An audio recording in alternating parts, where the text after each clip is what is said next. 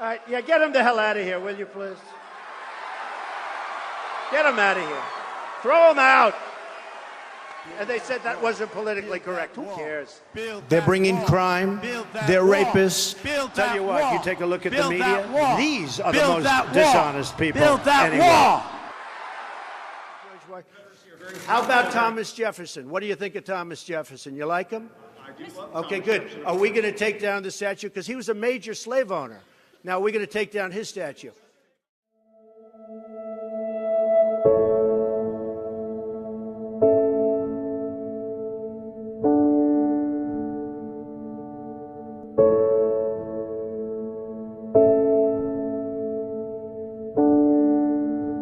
Yeah, like I was looking at schools and it was between like San Francisco State, Monterey Bay, or Humboldt, and I came to Humboldt and I just like fell in love. Like it's in the middle of nature, and it's funny because I had like a dream, and in my dream like I was driving on the highway, and all of a sudden I like come over this hill and I just see trees everywhere, and I felt like that was kind of like it, once I had that dream and I came to Humboldt, I was like, yo, this is where I gotta be.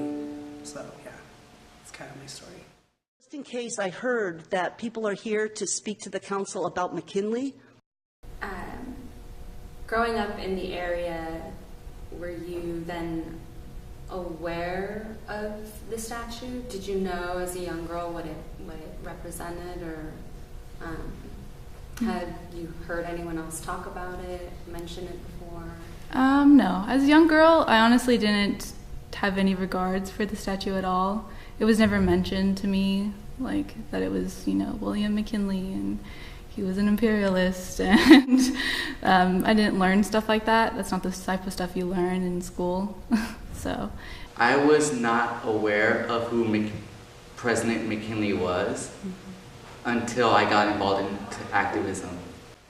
No, I think that first visit that I came up here, it was actually on a Saturday. So the farmer's market was like in full swing, and I was just like, this is a really cool place, this farmer's market's huge. Like I can see myself like coming out here every Saturday and shopping or just like coming here with friends. But yeah, I saw the statue, but I didn't know who he was or like what it represented or anything like that at the time. So upon your arrival, did you know anything about the statue? Honestly, no. No, I don't know a whole lot about it. However, I do know that some people aren't a fan of it. So I will be reading off a proclamation that was made by the students of HSU in the group MECHA. It is the utmost concern that as a member of the Arcata community and surrounding area that we bring forth to City Council the removal of the McKinley statue and Jacoby Storehouse plaque, as they represent symbols of white supremacy. First, let's address the removal of the McKinley statue. To those of you who don't know who he is, President McKinley was the 25th President of the United States of America near the end of the 1800s.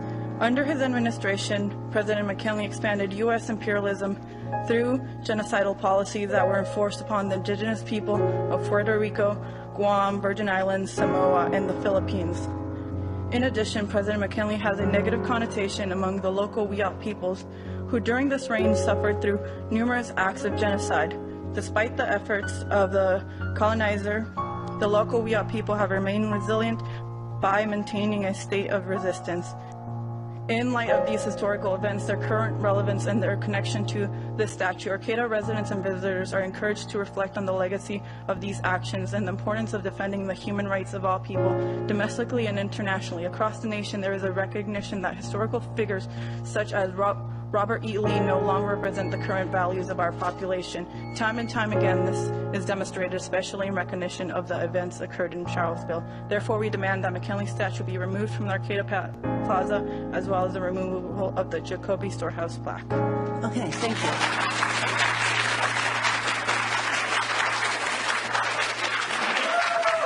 It wasn't until we started the efforts with MECHA that I started to learn more about what that statue is a symbol for and how it affects our community as a whole.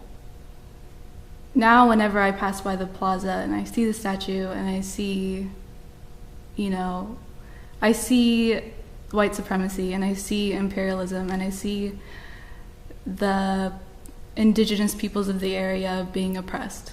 If he actually represents something that's offensive to people who are here, why have him there? It's literally trying to make people realize that this is obviously in the air, and you can't ignore it. Some people say it's just cost efficient. It's cost efficient to keep the statue.